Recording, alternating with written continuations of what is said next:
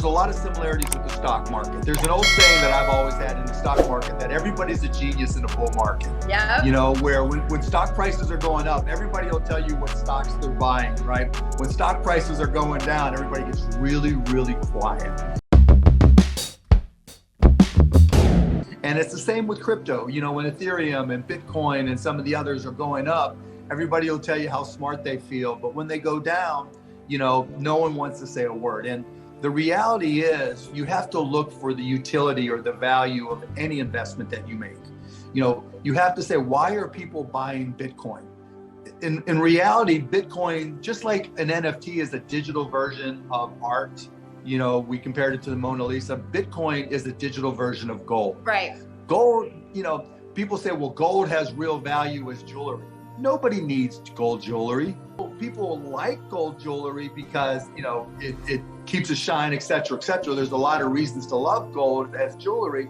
But if gold jewelry went away, the world wouldn't change. Yeah. You know, and there's a few manufacturing applications, but gold has value because people assign it value. And that's what those types of investments are called store of value. They're kind of like commodities, like you just said. Bitcoin's the same way. It just happens to be digital. It's limited by an algorithm and how many that's created. So there's a scarcity factor. You can't just create it forever.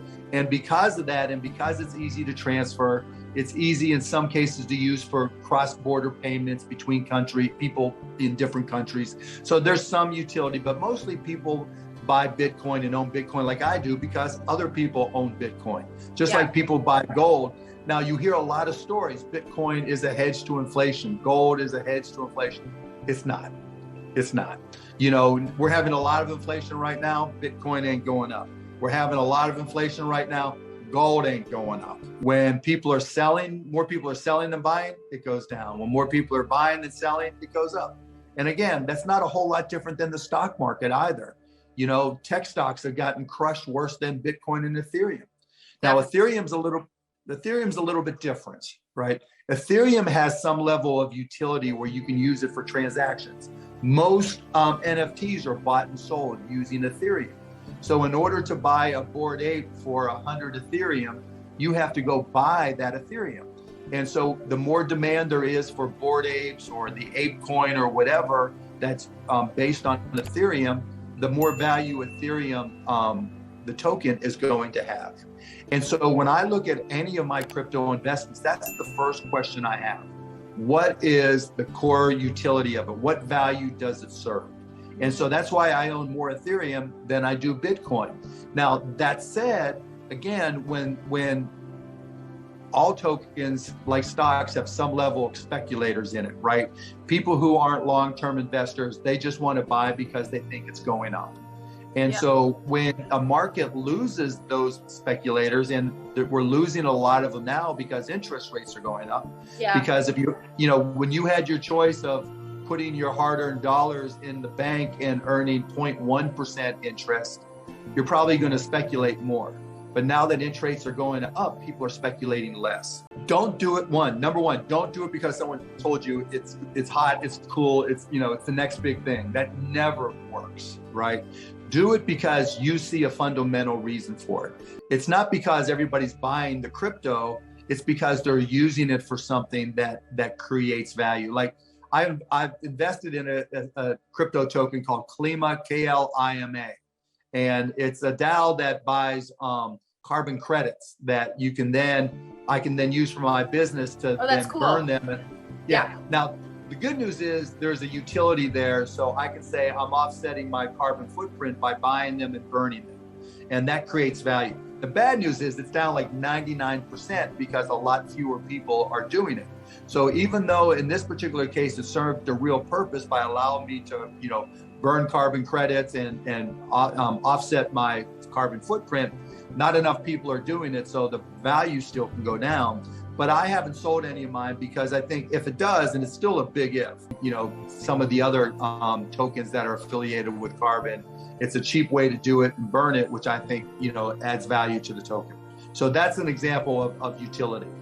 And so one of the big things that's happening right now is, you know, employees are starting to get a little bit more traction and having an impact at the companies that they work for.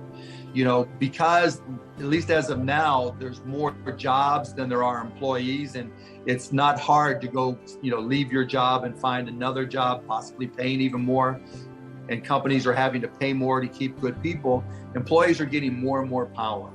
And that power is an example of why DAOs may start to have an impact in startups going forward. And so I'm starting to talk to companies now that are saying, okay, rather than creating an LLC or rather than creating a subchapter S corporation and incorporating in Delaware, I'm going to create a company as a DAO. And I'm going to pay my employees good wages because they need to be compensated. But at the same time, I want them to participate more in how we govern the company. And so we're going to give them tokens, and we're going to post things so that they can vote on different business decisions. And so I think we're really just not even in the first minute of that industry and that happening. But I think that's the future of DAOs, where it may be a better way to do a startup that allows your employees to be more participant and contribute ideas and vote on ideas and make it more more progressive, more democratic. And if you start to see some companies achieve some success that way, I think you'll see more and more DAOs take place. Employers have got to recognize that their best employees are free agents. They always have options. I think as companies are structured, you've got to be able to take that into account. And so the lawyer in you is probably saying, okay, how's that all work contractually and this and that? And all those things are still being figured out, but I think they will get figured out. So I'll give you the bottom line on it. The hard part is not the community, because there are a lot of communities out there. Some are bigger, some are smaller, some are more committed than others, right? And some of those commitments are because people have put their money in, so they have the choice, right? Oh, I bought this and I bought that, and so I'm going to be committed. The reality is the challenge for content creators isn't the first buyer.